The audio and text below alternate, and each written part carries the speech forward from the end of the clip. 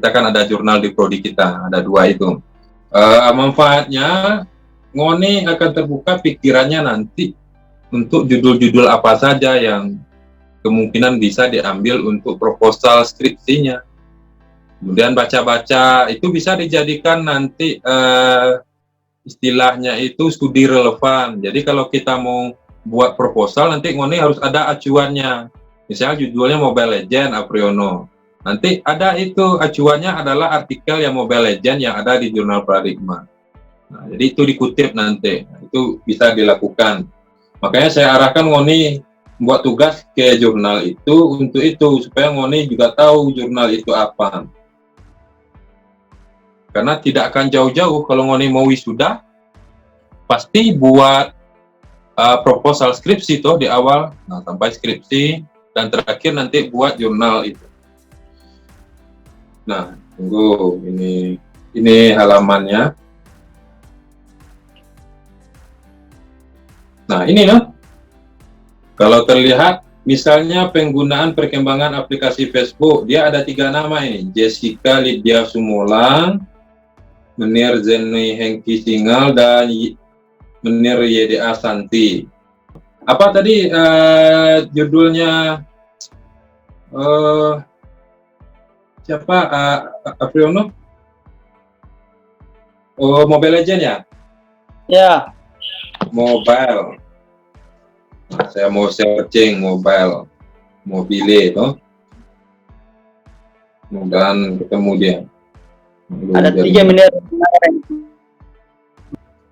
Nah, ini dampak sosial game online Mobile Legends. Beng-beng tabang-bang ini tulis baca. Terhadap remaja desa Pogi, Kecamatan Sanana, Kabupaten Kepulauan Sulang. Ini ada 3. Jadi yang penulisnya itu Florika Angelina, ini mahasiswa, dan Enci Vero sama Menir Hamdi. Ya, jadi begitu cara melihat penulisnya. Kalau dibuka, nah itu lebih banyak lagi nanti data, ada abstrak, pendahuluan, ada hasil toh. Oke. Tapi ya minimal yang dilakukan oleh Apriono sudah betul ya. Cuman mungkin dalam penyampaian di sini, penyampaian di YouTube saya juga sudah lihat itu cukup lengkap. Ya, oke, selanjutnya ya. Siapa tadi yang saya arahkan lagi ya? Terima kasih ya, Apriono. Sudah kelihatan di sana. Bentar, sedang loading ini ya. Berita ini disusun untuk memenuhi tugas kuliah jurnalis sosial dan budaya. Piagam penghargaan Jurnal Paradigma, Jurnal of Sociology Research and Education. Pengelolaan yang baik. Nanti kalau jurnalis itu dia harus sebenarnya ada kaitannya dengan bahasa Indonesia ya. Kita harus menggunakan EYD, ejaan yang disempurnakan. Nah, misalnya ini e-jurnal dengan itu D-nya huruf besar atau huruf kecil kira-kira? Siapa yang boleh kasih pendapat? Kalau kata pertama Ner biasanya kalau di tengah-tengah itu huruf kecil Ner. Ya, Oke.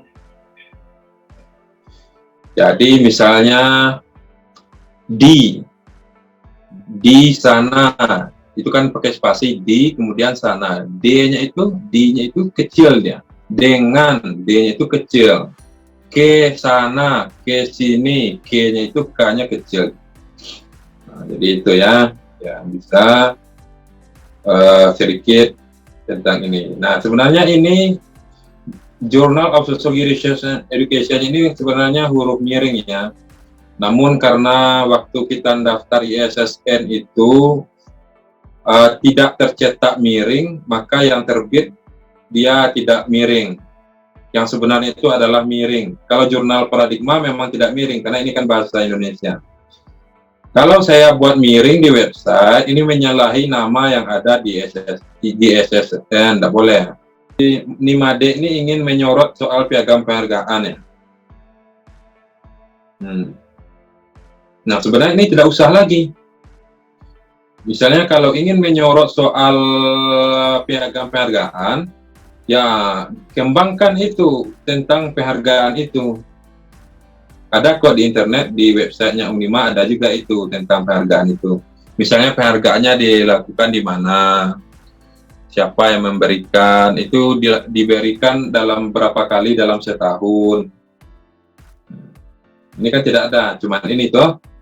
Nah, sebenarnya ada itu di website Unima. Jadi tinggal searching di Google ada di. Misalnya ini piagam penghargaan e-jurnal dengan pengelolaan yang baik di lingkungan Universitas Negeri Manado. Nah, ini boleh diketikkan e-jurnal dengan pengelolaan yang baik di lingkungan Universitas Negeri Manado. Diketik di Google, dia akan keluar informasi tentang itu.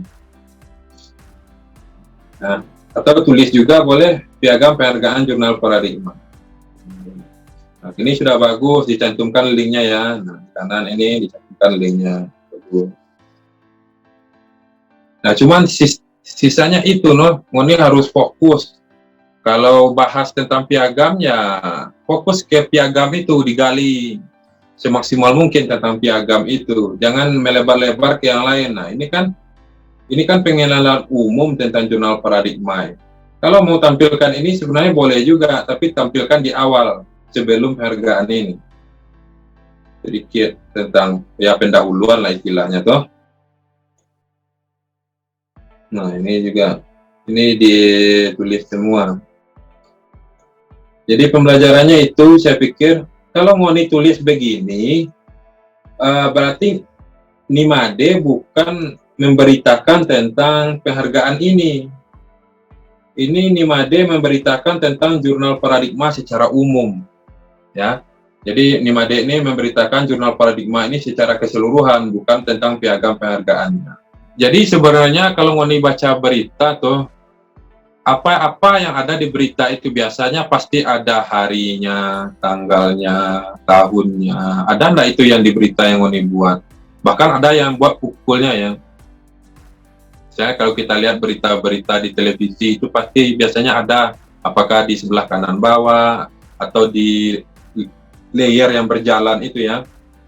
Kemudian topiknya, siapa pembawa beritanya. Nah, biasanya ada.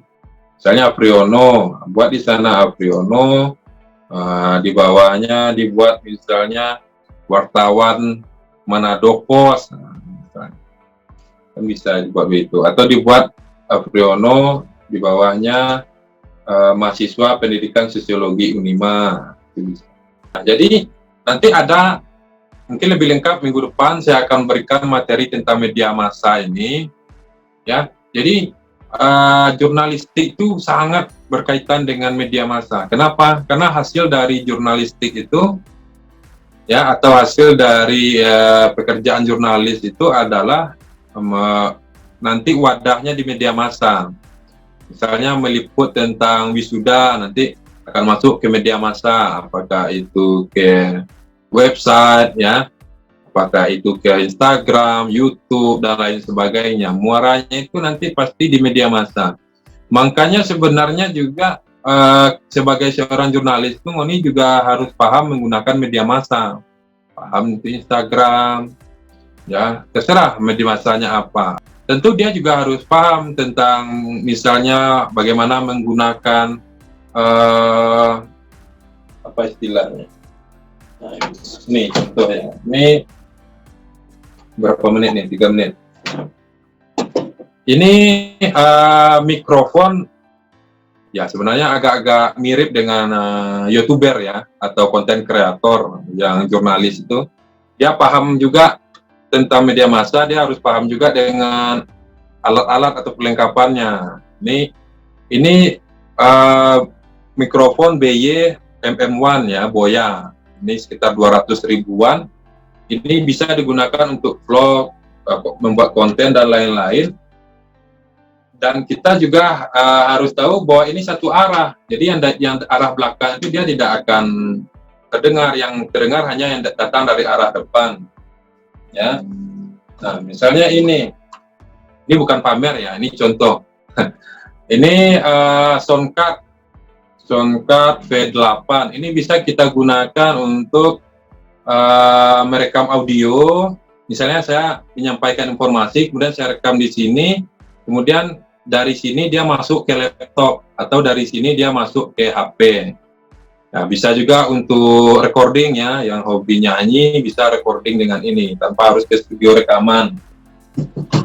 Nah, banyak lagi, ada clip on, ada tripod ya. Jadi nanti kita akan masuk ke media massanya, kita akan masuk ke pengenalan alat-alat media massanya. Sebisa mungkin nanti saya juga akan jelaskan harga-harganya ya. Berdasarkan pengalaman saya, biasanya tidak terlalu ini. Misalnya kayak clip on itu ada yang di bawah 20.000. Saya lihat pernah Apriono pakai itu ya, karena dia nge-YouTube. Boleh tanya itu ke Apriono berapa DP harga. Saya pikir tidak terlalu mahal ya. Dia ada kelasnya. Kalau yang mahal, tentu kualitasnya juga bagus ya. Biasanya begitu. Jadi tugas Ngoni di rumah itu nanti Ngoni cari alat-alat untuk seorang jurnalis atau wartawan itu, contoh-contohnya saja dari foto-fotonya, misalnya clip on apa, nanti saya akan jelaskan di grup WA ya, tugasnya itu. Karena waktunya sudah hampir habis, saya pikir itu dulu untuk pertemuan kali ini. Terima kasih Ngoni sudah hadir.